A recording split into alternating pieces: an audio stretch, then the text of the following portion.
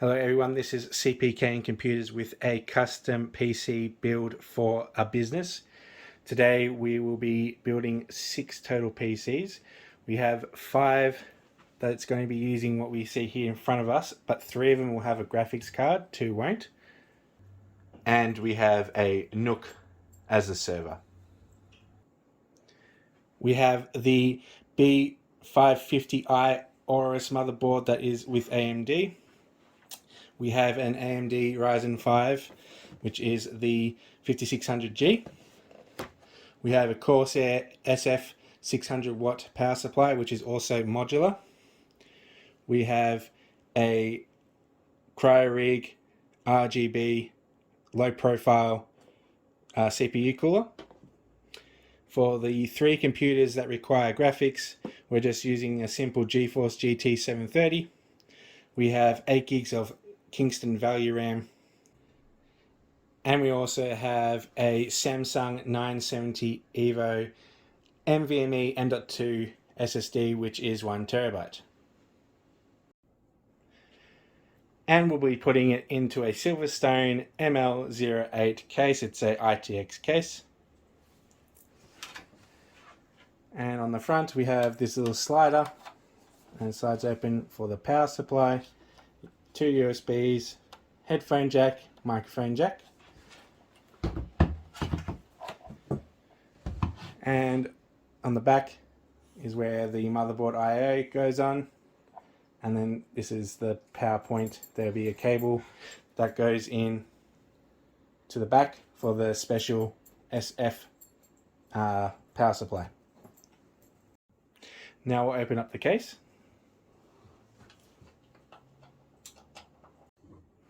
So here's the first side of the case. It comes with this box filled with a little bit of goodies. So it's got stuff like the stand. It's also got little riser cards to help with the graphics card, some feet, and a little Silverstone little logo thing for you. Then you obviously have the installed cabling, so you have the audio and the USB 3, and then here is the power cable, and this is used to plug into the SFF 600 so we can have power, and just keeps it inside it entirely. Then we have the SSD bays, but we'll be using an M.2, so it won't really matter. It also can fit here. You can potentially have a mini CD player, but most people don't use it these days, so it's usually pointless. And here's the other side of the case. So you have access to the motherboard backing if you've got back plates, or there's, depending on other situations, you have access to like SSDs, like M.2 sometimes sits at the back. It just depends on the motherboard, but this is a bit of access. And over here is where you will fit your graphics card. So you will have a special little slot that goes underneath here, and that's for that riser card that's in the box. So you'll be able to slide it in your graphics card this way and sit it flat instead of directly out, to keep it all nice and flush. Alright, let's put them together.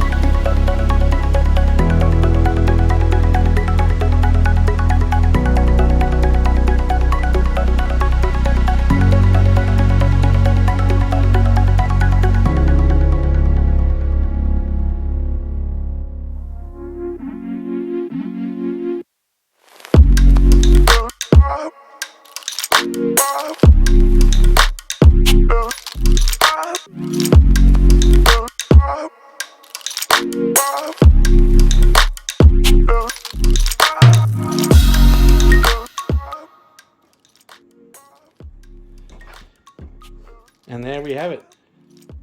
A completed build. And for the Nook, today we have the Nook 11 TNH-i5.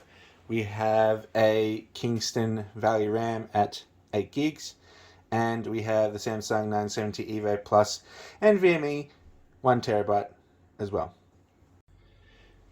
Alright, let's have a look at the Nook. So at the front, we have 2 USB 3.0 ports and the power. Then on the back, we have the power port, 2 HDMI ports, 2 USB Type-C ports, a USB 3.0, a USB 2.0, and a 2.5 GHz Ethernet. It also can technically do Wi-Fi, which is already built in. Okay, let's put it together.